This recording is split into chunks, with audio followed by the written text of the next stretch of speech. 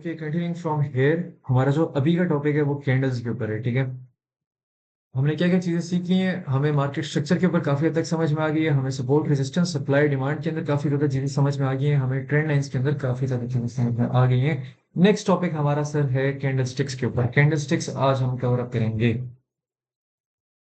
अच्छा, candle sticks जिसको हम कहते हैं पीए ट्रेडिंग। पीए ट्रेडिंग क्या होती है? प्राइस एक्शन ट्रेडर को पीए ट्रेडर कहते हैं। ठीक है, प्राइस एक्शन क्या होता है? ये जो पूरी मार्केट चल रही है ना, ये कैंडल्स बना रही है, इसके बीच में ये पूरी शेप जो बन रही है, इसको कहते हैं प्राइस एक्शन। और जो इसका ट्रेडर होता है, जो सिर्फ कैंडल्स देख के ट्रेडिंग करता है, उसको कहते हैं price action trader, which means PA trader. TA का मतलब क्या होता है? टीए किसे कहते हैं? टेक्निकल एनालिसिस को कहते हैं, राइट। अब हम यहाँ पर कुछ वो कैंडल्स जो इंपॉर्टेंट है मैं उनकी बात करूंगा, जो आपने सिर्फ देखनी है। ठीक है, जिस तरह मैंने भी आपको ट्रेंड लाइन का समझाया था थोड़ी देर पहले पिछली वीडियो में, कि भाई ट्रेंड लाइन की बेसिस में आपने कैसे ट्रेड लेनी है। इसका ये मतलब नहीं है कि भाई ट्रेंड लाइन में आपने जो देख रहे हैं आपने वही करना है।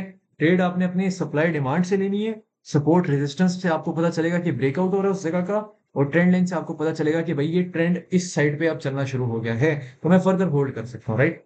ठीक है, तो ये चीज करती है ट्रेंड लाइन। लेकिन उस ट्रेंड लाइन के अंदर जो कैंडल्स बन रही हैं, ये जो कैंडल्स बन रही हैं, अगर आप इनको भी पढ़ना सीख जाएं तो कितना अच्छा होगा।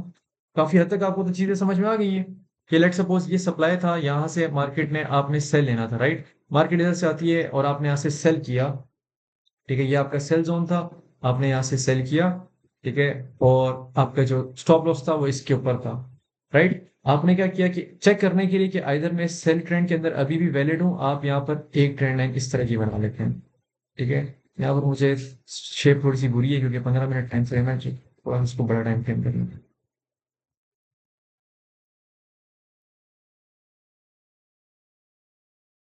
अच्छा अच्छा, तो हम खोल लेते हैं।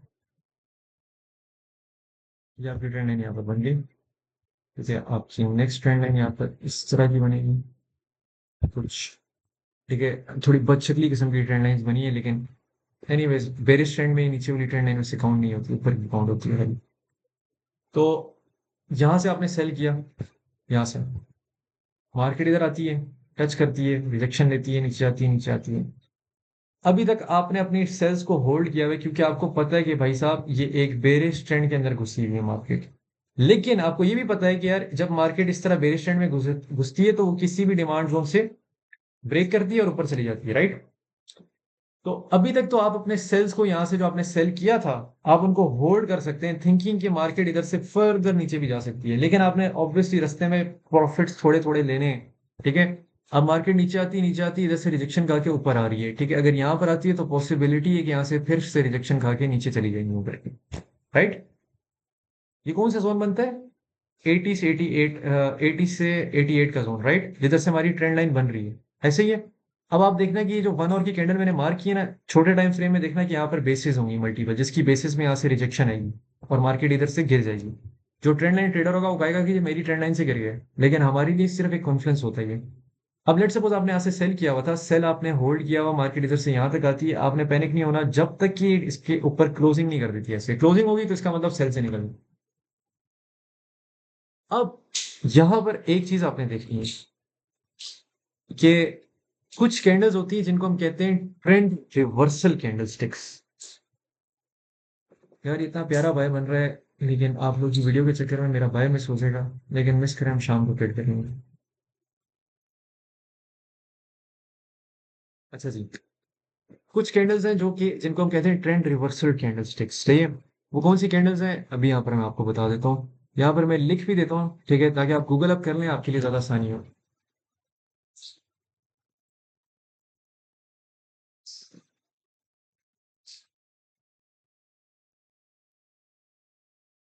अच्छा, ये 4 कैंडल्स हैं जिन पे आपने अमल करना है, जिनको आपने देखना है, जिनकी बेसिस पे आपने ट्रेडिंग करनी है। इसके अलावा जितनी कैंडल्स आपने आज तक पढ़ी हैं, जितनी पढ़ी हैं, ठीक है, प्राइस सेक्शन के अंदर जितनी आपने आज तक कैंडल्स पढ़ी हैं, थ्री सोल्जर्स, रेड क्रो होते, फलां फलां फलां, सब बकवास है। 4 कैंडल्स हैं, 4 कैंडल्स को आपने देखना है और इनकी बेसिस पे आपने ट्रेडिंग करनी है। वैसे तो मैंने कैंडल्स को ना बड़ा ब्रीफली अपनी एक वीडियो पे डिस्कस किया हुआ है, वही जो मेरा स्टूडेंट वाली वीडियो है उसके अंदर ही डिस्कशन हुई थी। ठीक है, कैंडल स्टिक्स के ऊपर पूरा टॉपिक है 2 घंटे का। तो वो आप डेप्थ में देख लेना जाके, ताकि आपको क्लियर आउट हो जाए। यहाँ पर हम थोड़ा सा शॉर्ट फॉर्म में देखते हैं। आसान लफ्जों में अगर एक कैंडल की ये बॉडी है, सही है, और वो कैंडल इस तरह की एक विक बना देती है,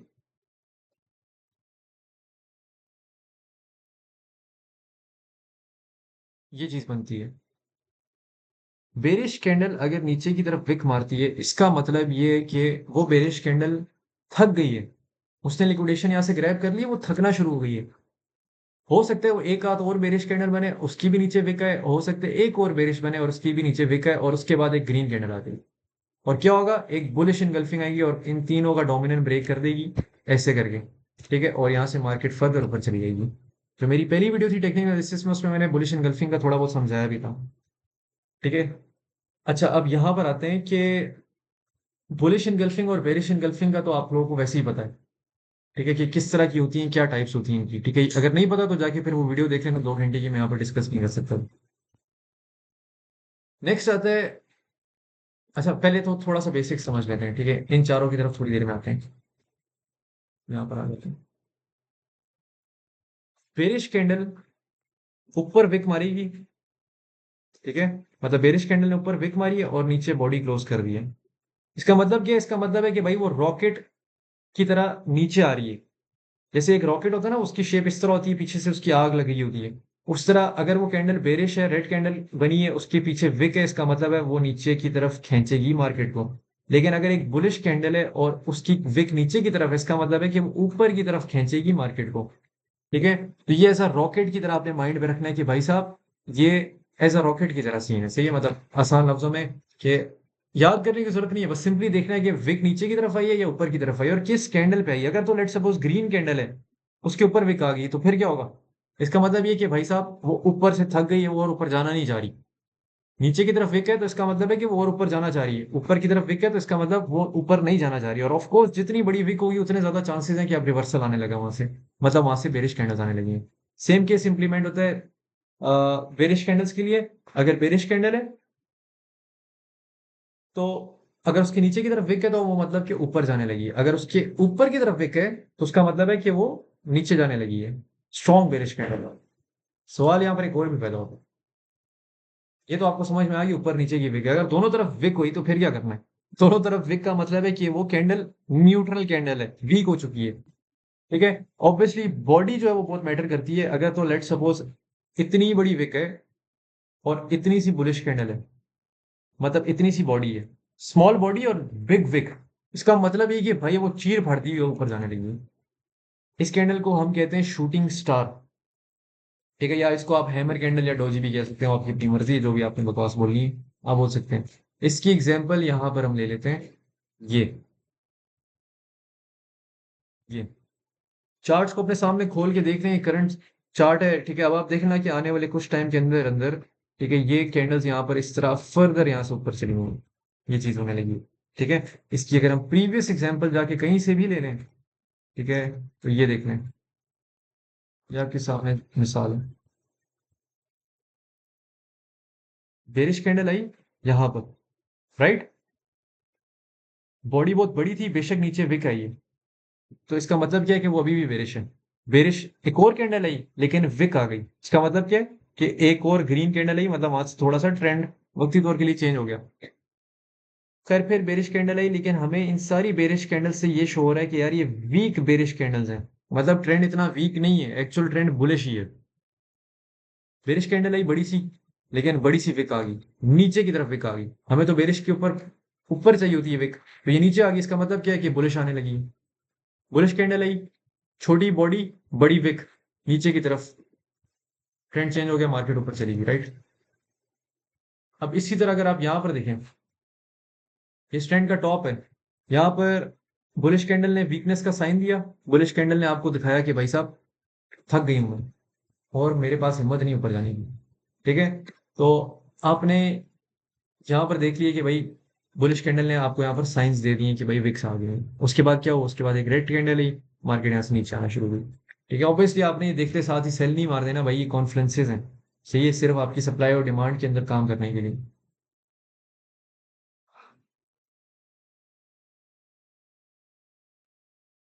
अच्छा, अब यहाँ पर बात करते हैं कि इसी तरह अगर आप यहाँ पर देखें, यहाँ पर भी एक बुलिश कैंडल इस ट्रेंड के अंदर चलती हुई, मतलब ये ट्रेंड चल रहा है, इस ट्रेंड के अंदर देखें एक बुलिश कैंडल ने विक मारी है। उसके बाद क्या हुआ है, ये विक किधर आई है, 3326 पे मार्केट ड्रॉप हुई है, 3314 तक बेरिश कैंडल्स आई हैं, लेकिन वो बेरिश कैंडल्स ने भी विक मारी है और इस ट्रेंड लाइन के ऊपर क्लाइम करते करते वो फर्दर ऊपर गई है। खैर, सिर्फ कैंडल्स समझाने का मकसद सिर्फ ये है कि अभी आप कैंडल्स को समझें, थोड़ा सा रीडिंग सीखें, चार्ट रीडिंग सीखें, सही है।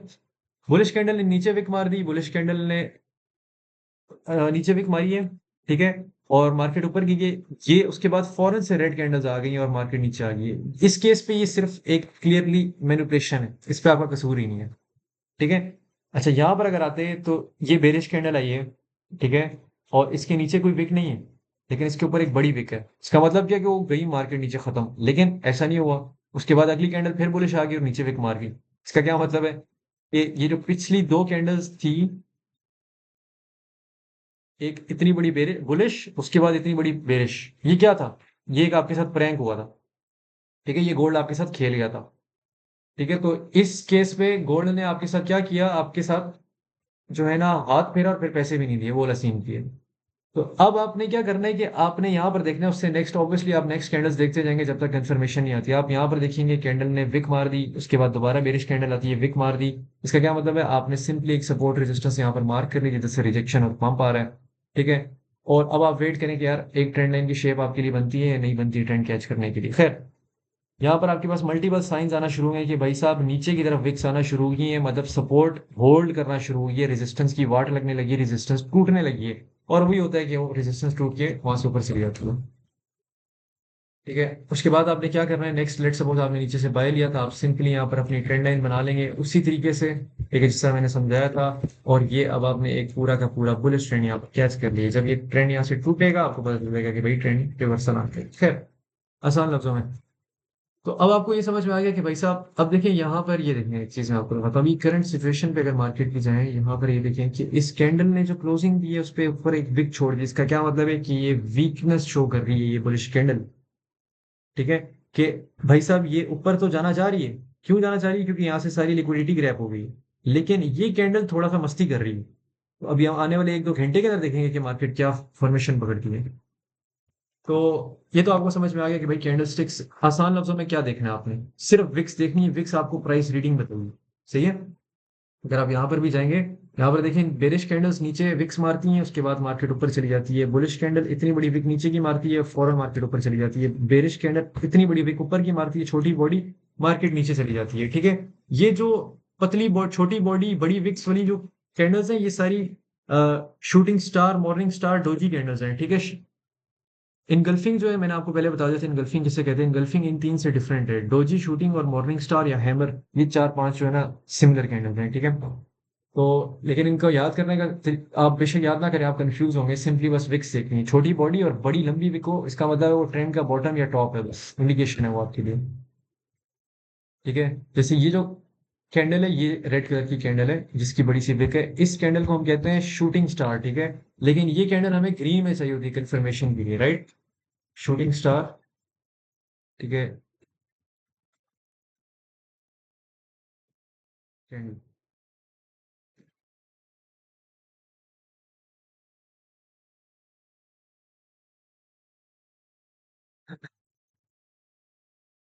अच्छा, ये शूटिंग स्टार जो है ना, ये हमें बेरिश चाहिए, ट्रेंड, ये ट्रेंड के टॉप पे आती है। इसका मतलब ये जो नीचे वाली है, ये तो या तो हैमर है, या तो ये आप कह लें कि इसको क्या कह सकते हैं, डोजी तो नहीं कह सकते, डोजी थोड़ी डिफरेंट होती है। ये मेरे ख्याल में मॉर्निंग स्टार फिर बनती है।